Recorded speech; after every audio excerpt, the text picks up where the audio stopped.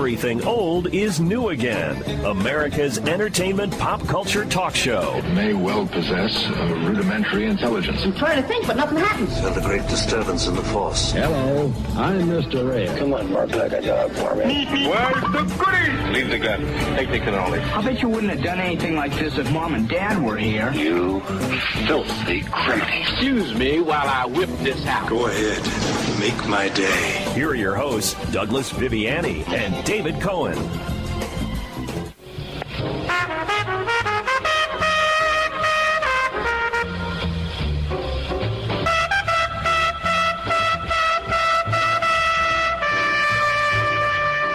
Welcome to Everything Old is New Again. This is, of course, Douglas Viviani with the rather jazzy David Cohen. Yes, I'm all jazzed up.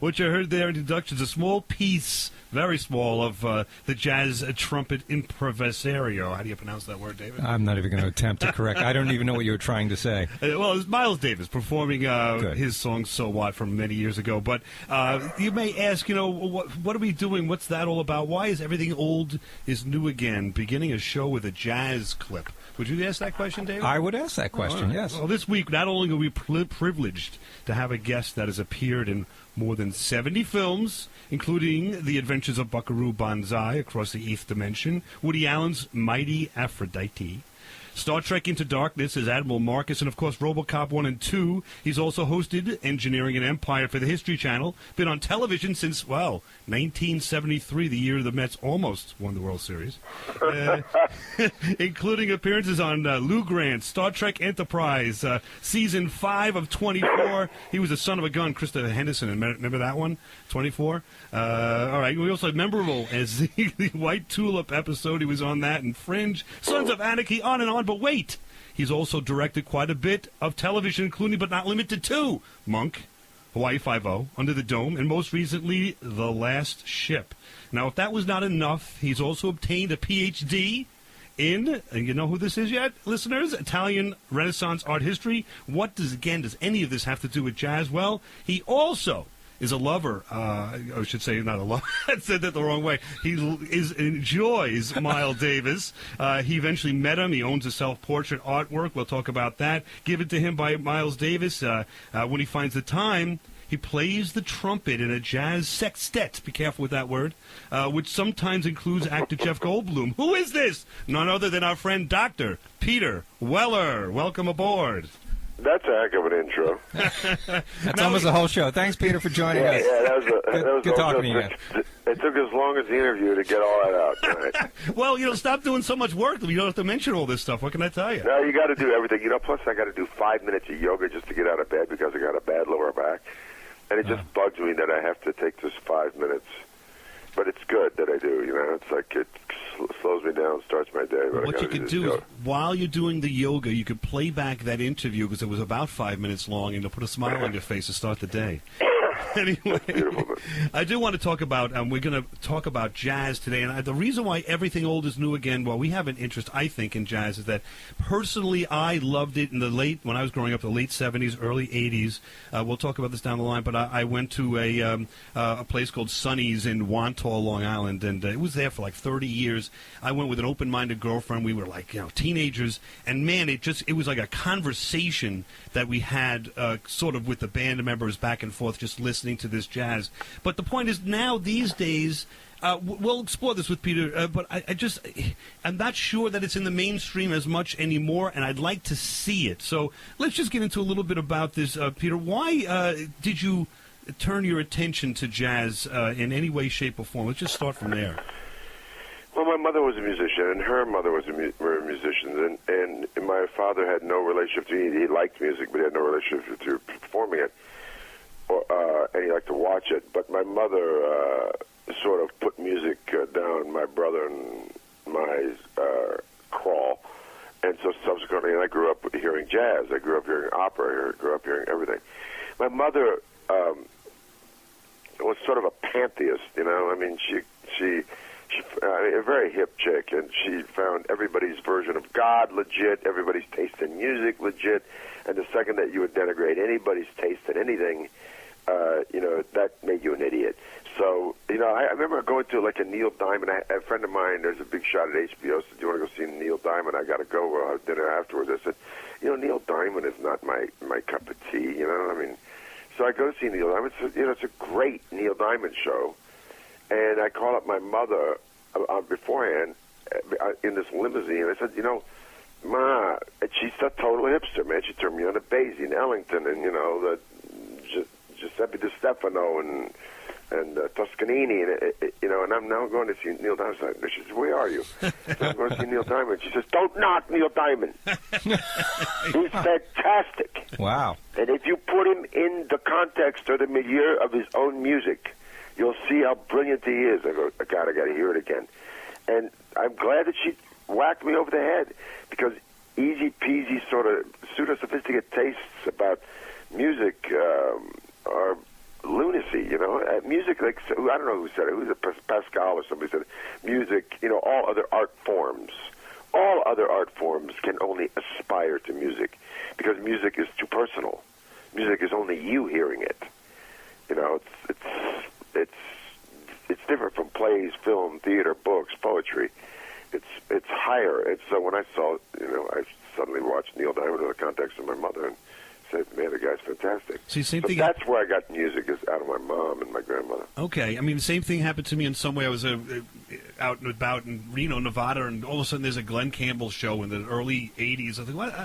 Phenomenal guitar player. Oh, my goodness. Yeah, absolutely. You have this impression, I guess sometimes you're listening to others, I don't know, and you kind of like turn it off. But when you give something a chance with an open mind, and that's what I'm kind of saying about jazz, but I'm just saying for Glenn Campbell that particular time, man, he blew me away, and I was a Beatles guy, and I was a rock and roll, and what's this? But you know what? Holy smokes, he has a talent, and if you're able to, kind of grab onto that, throw away your preconceptions, you can see the beauty in so many different things. Yeah. Hey, Glenn Campbell, I saw Glenn Campbell play guitar and sing with the Beach Boys when he was one of the Beach Boys on tour. Do you know why? You know why he was one of the Beach Boys temporarily? Why? Because Charles Manson was spooking, I believe it was Dennis Wilson. Dennis had to go into hiding for a while, and they asked Glenn Campbell to go on tour with them. Brian Wilson, yeah. Yeah, Brian Wilson. Right. And by the way, he had to be Glenn Campbell, not to put the others down, but had to be the best musician, technical musician in that band at that time then. I mean, that guitar playing was amazing musician. Yeah. I saw him, Jose Feliciano, and Roy Clark do Battle of Guitars on The Tonight Show once, like about 1975, something like that. And he's just a remarkable guitar player. Yeah, but you don't know who you're listening to till you see it, yeah. Okay, and there we go. Right now we are listening to a pre-recorded presentation of Peter Weller talking about jazz, and I'm hoping you're enjoying it. I certainly am. And David's enjoying it over there. I know that. Long story short, we're going to be back in a few moments, but I wanted to give you the opportunity to communicate with us, and if you're looking for that chance, feel free to just send a note to us at oldnewagain at AOL.com. That's oldnewagain at AOL.com. In the alternative, what I'd like for you to do is please feel free to look us up at everythingoldisnewagain.biz, everythingoldisnewagain.biz, and feel free to communicate with us in any way, shape, or form you like, you don't like. Let's see what's going on. We're going to go out and come on back and enjoy Peter Weller right after this. And we'll be back in a moment. We're going to dive into the history of jazz with Dr. Peter Weller, and then talk a lot more about where we are today with jazz and where we're going. We'll be back, and Everything Old is New Again.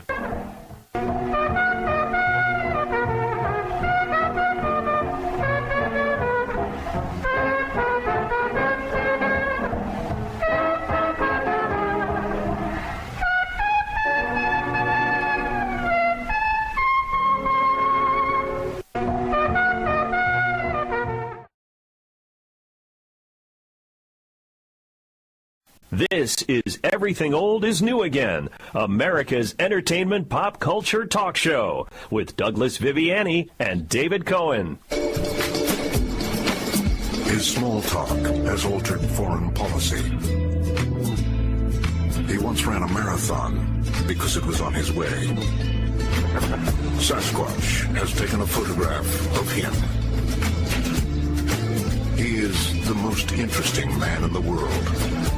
And, of course, we're talking about Dr. Peter Weller back here on Everything Old is New Again. I couldn't let that go. We spoke a couple of weeks back, and we enjoyed a discussion about Dr. Weller. He's in so many different areas. He's like a Renaissance man himself, and that's sort of what we like to do on this show is hit a bunch of different topics. Hey, just to follow up to RoboCop, I want to say, yes. I was invited ad hoc by my friend Grant, who runs the Egyptian Theater out here in the Arrow, the two big antique theaters that have, all great stars and movie people come on and introduce their old films. Because Miguel Ferrer passed away, God bless him. Right. And Miguel Ferrer was a fantastic actor and a great guy. And so they asked me to go up and talk about RoboCop. And I said, I'm never going to talk about this movie again. I'm not going to do the documentary. It's all been said. But I got to go, to a theater of 400 or 500 people on behalf of Miguel about 5 days ago. And I invited Ed Neumeyer, and it was just such a pleasure to honor that actor on behalf of RoboCop. And I sat and watched the movie again. I thought, my gosh, everybody in it is so fantastic.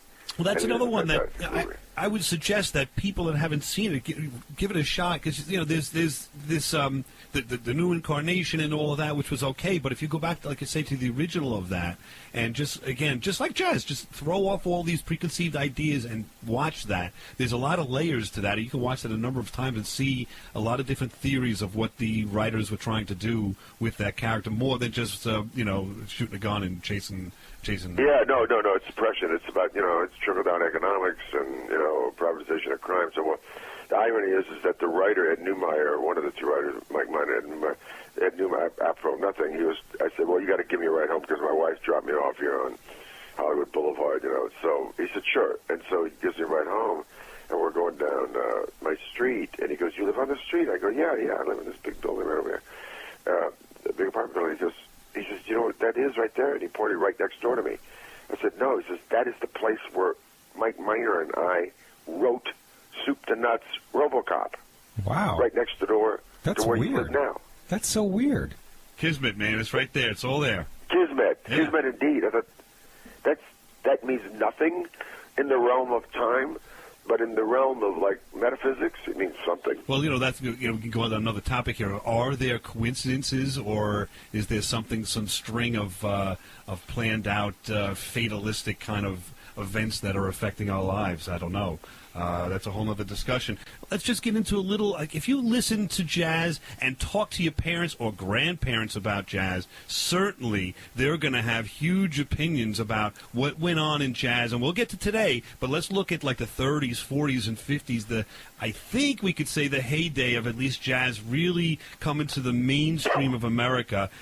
You could talk about a little bit about we heard the last clip before we went on the last commercial break was Louis Armstrong from 1933. And if you hear and take a moment to listen to what he does with that trumpet, he's not just the guy singing with that low, gravelly voice as some people today would just kind of, it's the, what's that song? It's a Wonderful Life. Yeah, Wonderful World. Wonderful World. It's kind of like the only thing kind of people sometimes relate to. Listen to that trumpet. It's beyond belief. And Dr. Weller, from your understanding of this gentleman, was what he was doing mostly improv? Was it something that was written or a combination? What are we listening to when we listen to Louis Armstrong? If you know. Well, when you listen to Louis Armstrong, you listen to the original sound of what a jazz trumpet was intended to be. That sound, I'm talking about the technique. I'm not talking about how fast he plays or how high he plays. I'm just talking about that sound that comes from essentially street marching band, that comes from the legacy of death and burial in New Orleans, and whatever the amalgam of paganism or Catholic, the involvement of the celebration of somebody dying, and then being in the world being rebirthed, being reborn. That street sound of dancing after someone is buried in New Orleans is epitomized by Louis Armstrong's trumpet. Now, Louis Armstrong then goes on to Chicago and records in Chicago, other places too. King Oliver, there's a lot of people that sound like Louis Armstrong, but he is the sine qua non, without which we wouldn't have jazz trumpet. So yeah, it's improvised. Yeah, there are tunes, Tin Roof Blues, da-da-da-da-da. But what he does with the thing and how he twists it his way and how he makes it up because jazz is instant composition. That's the beautiful thing about jazz. It's classically structured chords, but the improvisation is instant composition. Yeah. And that's why it's infinitely more complex than I think, as brilliant as Mozart is. When I hear Live Evil or Bitches Brew, I'm thinking that's what Doc Severinsen said once at a dinner party. I heard him say, Miles was the Mozart, of our century, because of the instantaneous composing in your head. That is what improvisation is. But Louis, Pops is like, I went by he died in, I think, 1971 or something like that, and they had his body, or his coffin, on show. I think it was either on 59th Street or something like this. Anyway, my friend Graham Bethel and I walked by it. There's lines of people just to see his coffin. And the guy's like, I don't know, man. The guy's contribution to Americana is like, I don't know. It's beyond description. I mean, it's to put it in context. I mean, you can listen to it now. You listen to him play, and it sounds right. like you can listen to Pops anytime, anywhere, man. Right.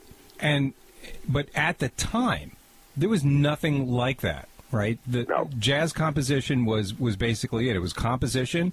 There was very little improvising. It just wasn't part of the milieu at that point. But when you heard at the time Louis Armstrong play, it was just completely on another planet. So when you go back and put that into context, it sounds so commonplace now. Yeah, jazz trumpet, it's improvisational, and he was a pioneer, so on and so forth. But at the time, it was earth-shattering for the whole genre.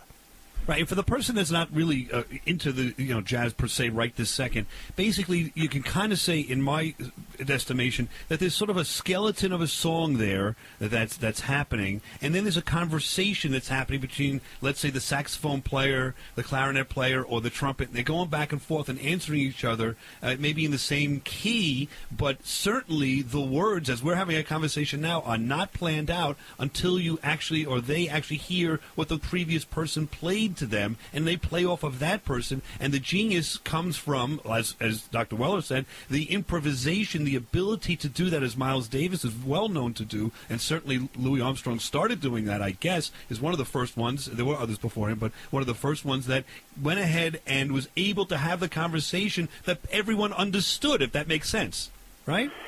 Yeah, the conversation sometimes could be competitive, and sometimes could be like orchestrated and symbiotic. You're right. That's a conversation. It sure is a conversation. That's what we're having on Everything Old is New Again with Dr. Peter Weller, enjoying a discussion of all things jazz, the history of jazz, the future of jazz, why we're listening to jazz, why we should listen to jazz. Are you listening to jazz? Why not listening to jazz? Anyway, it's all good, clean fun on Everything Old is New Again. Shoot us a note at oldnewagain@AOL.com, oldnewagain@AOL.com. If you have any suggestions for future shows, future ideas. In the meantime, we'll go out here and come on right back. We'll talk about Louis Armstrong. Look at this. You're right. That's a conversation, but it's not necessarily the skeleton of the song. Like every song, every melody has a structure to it. It has a theme. Like Wonderful World. I see skies of blue and clouds of white. That's the tune. The blessed day, the dark sacred night, I'd say to myself, what a wonderful world. Okay, that's the tune. Now, there's a chord structure underneath it that guy wrote that melody on. In other words, for every note, there's 4 or 5 other notes underneath it that make the chord. Right. Because all those things are written, measure by measure, as chords. All songs are, unless you go back to, Gregorian chant is not. But even Dixieland, even the funeral marches have chords to them. That means that the piano can sit down and play all 5 notes at once, simply put. Now, when you start to have the conversation, after you play, I say to myself, what's a wonderful world? Once you play that song, then Lewis starts off, and he's improvising. He's creating out of his heart and soul in the moment, not memorized. He does know the chords, and he knows the structure of each chord. But what he's saying out of that trumpet, based on those chords, has nothing to do with preconceived thought. It's all happening right now.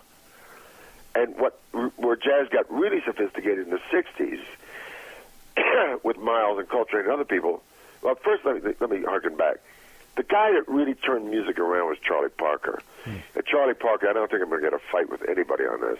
Charlie Parker not only played like a million miles an hour in like an electrical storm hitting a room, but Charlie Parker took those chords on which a melody is based and inverted them, and instead of using those chord tones as the support system for the melody, he put them on top of the melody and started to play the chord tones, which are a lot of altered sounds.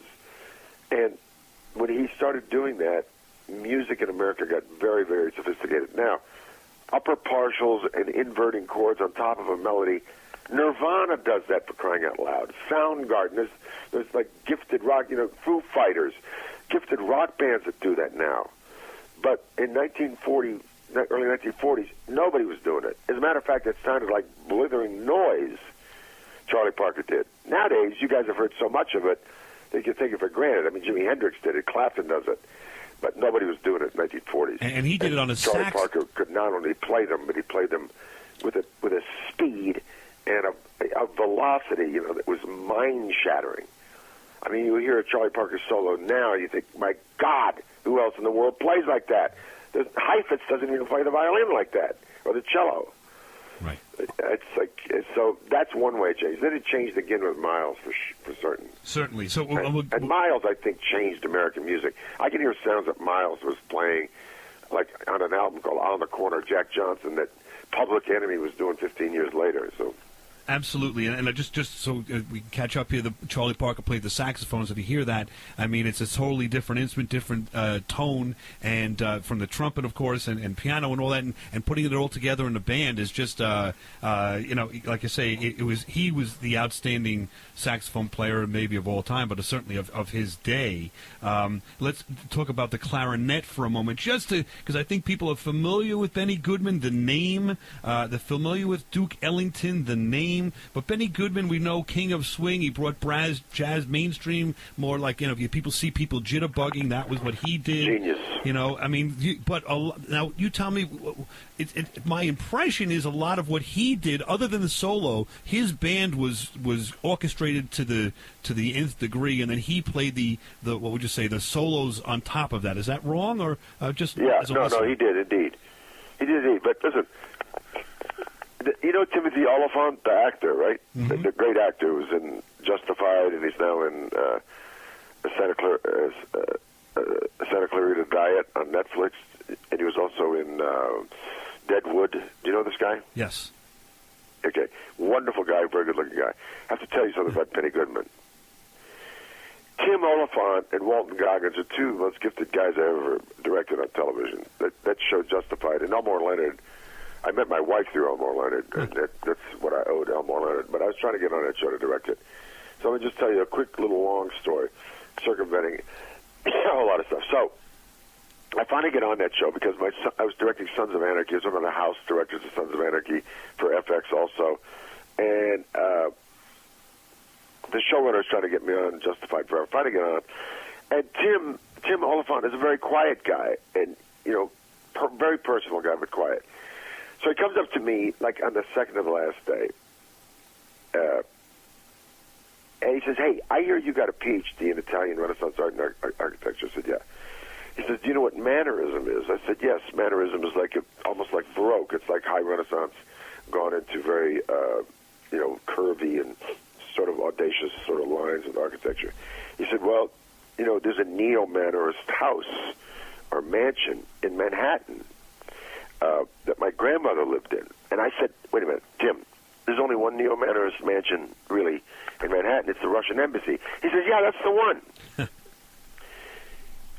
I go, now we got now like 4 or 5 other people are starting to listen.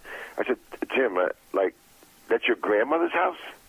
He goes, yeah. My grandmother was very old when she passed, but I said, Tim, I got to say something.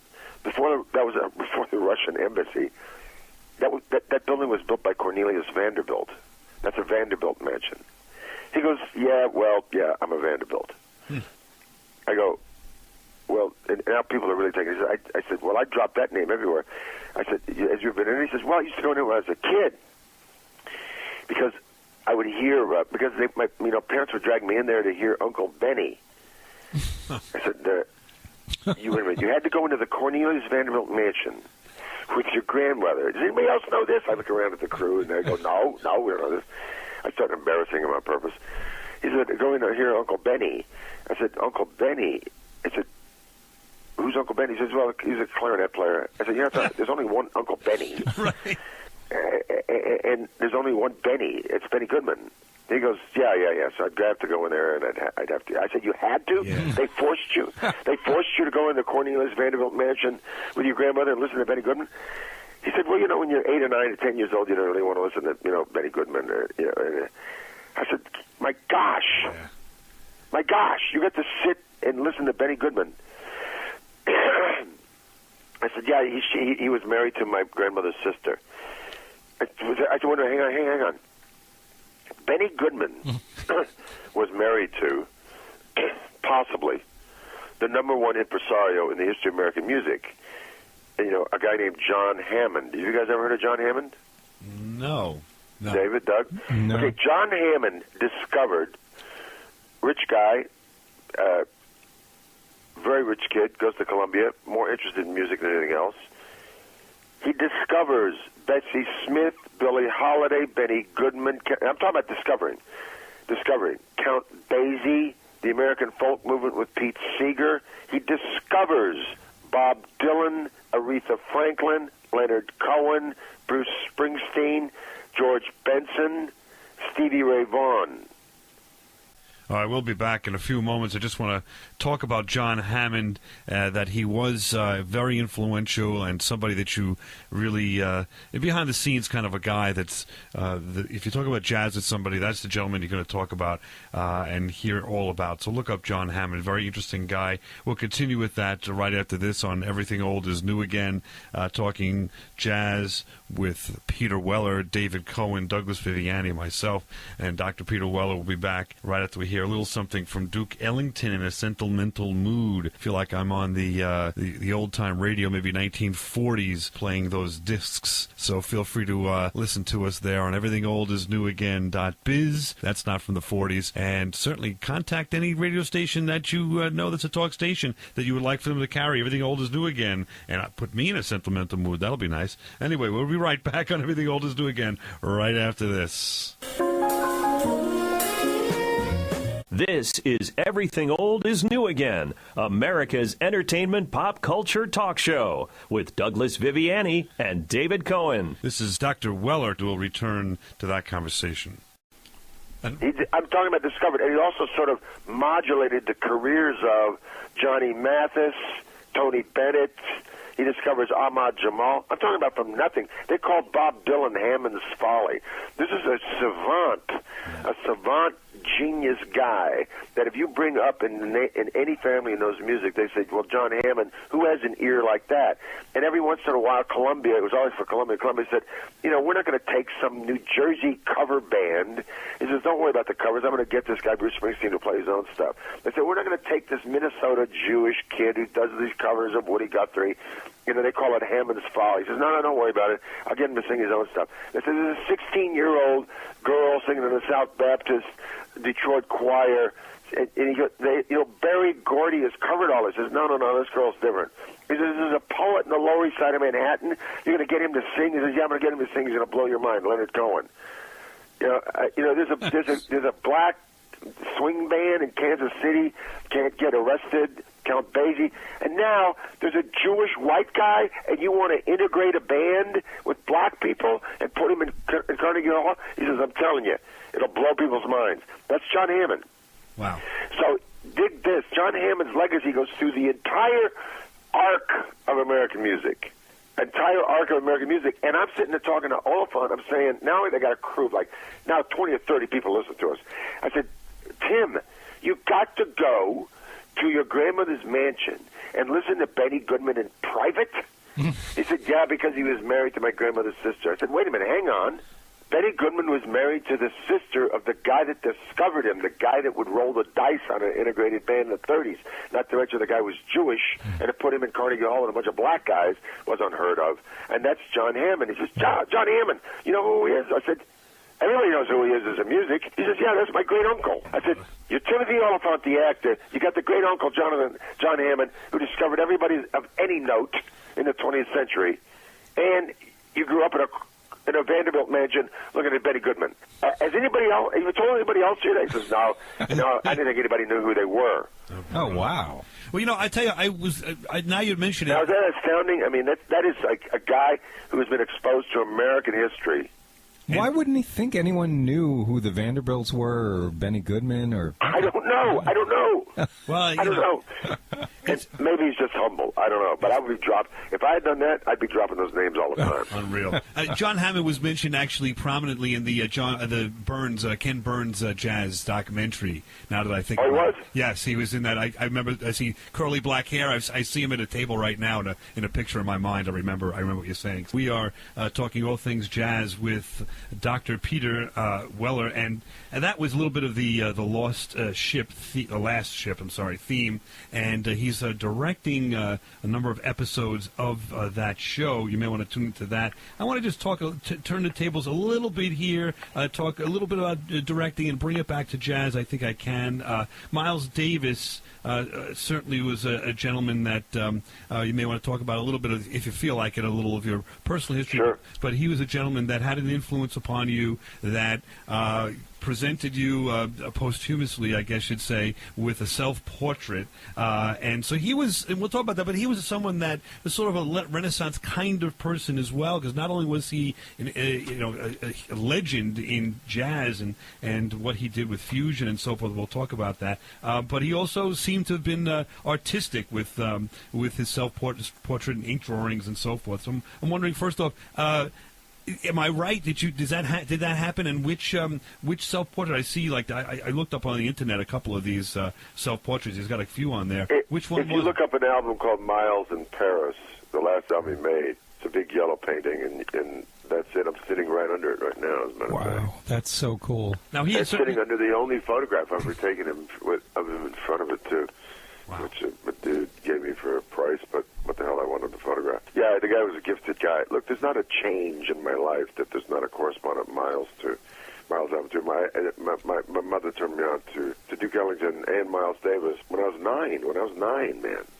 So I mean, I took to Miles, like the sound of his trumpet was like a voice. So look, before we get into the sophistication and the brilliance of Miles, because I think he's just a total game changer 3 times. He shifted the course of American, not only jazz, but popular music. I got to go back and say, like Dizzy Gillespie, who was another hero to me, said essentially in jazz or in the realm of the trumpet, no matter what, once we're back to Louis Armstrong again, he says there's only really 3 sounds. 3 sounds. Everybody's derivative of 3, ground of being sounds of the trumpet. The first, of course, is Pops, is Louis Armstrong, because he took that horn, off the streets of a funeral march and made it that fantastic, like piercing, brassing, happy dance sound. The next guy to come along, which he admitted that he copied, was a phenomenal guy who played with Ellington and Basie, a whole bunch of people, named Roy Eldridge. And Roy Eldridge's name was Little Jazz, and Roy Eldridge played at at the Blue Note. I'm pretty sure it was the Blue Note, up until the 70s, and up until his 70s too. But he was a guy that took Louis Armstrong's sound and he tightened it. He tightened it so it wasn't so like spread out and brassy like Harry James or what. He tightened it. He played with the speed of a Sidewinder, and it was piercing, and it was high, and it was quick. And that particular piercing, quick, high sound is what Dizzy went for. And he said all of us in the bop era admired Roy Eldridge. Doesn't matter if you're talking about Fats Navarro or on and on they go. The last great guy to play like that was maybe Lee Morgan with that fantastic, like ripping, like macho bop sound. But then Miles comes along, and Miles is a Juilliard, and Miles is a wealthy kid. I mean, name me a whole lot of black kids going to Juilliard in the 40s, you know, and we can all go get a yacht. But so there he is at Juilliard, and he's chasing Charlie Parker around. And Charlie Parker, essentially, according to Miles' own rap, said, stop trying to play hard, fast, and like piercing like Diz, because you ain't got the chops to do that. You should play within yourself, and I'm paraphrasing what Parker told to Miles. You should play, you have a sound like a voice, right? Not like a knife. It's like a voice. And you have a cool sound. And subsequently, that sound was appropriated by Miles. That word, that moniker, that metaphor was appropriated by Miles, cool, which describes everything about the guy. Not only his demeanor and his entire like reportage of music, but the sound of his trumpet. And now everybody, and you know, I'll probably get into trouble for this, but there's a whole lot of guys that applaud me. It doesn't matter whether you're listening to Wynton or Terrence Blanchard or Art Farmer or any of the hipsters now. That's a Miles sound. Clifford had a Miles sound. Chet Baker had a Miles sound. Miles started that sound that sounded like a voice. That beautiful velvet, sexy, like throaty, kind of soft, like you're playing through gauze. And then he went on to change the face of American music. But if we had to get that straight about what the sound of the trumpet is, and I'm inclined to agree with Diz, that everybody nowadays has like got Miles' sound. Very few harken back to Diz. And Miles Davis sound we'll hear on the next section of our show. We got a couple of clips to listen to that, but you're describing it eloquently when you talk about a soft voice, because he let his band play around him, and then you'd hear.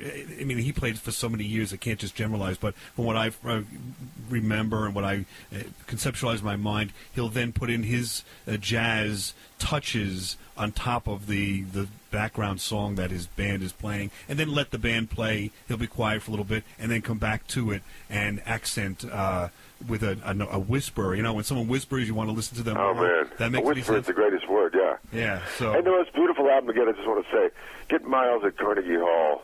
Yes, Miles Davis was quite a character. We'll get into some more of that discussion next week with Dr. Peter Weller on Everything Old is New Again. Come on back. Let's listen to a little Miles right now. There we go. Come on back. Everything Old is New Again next week.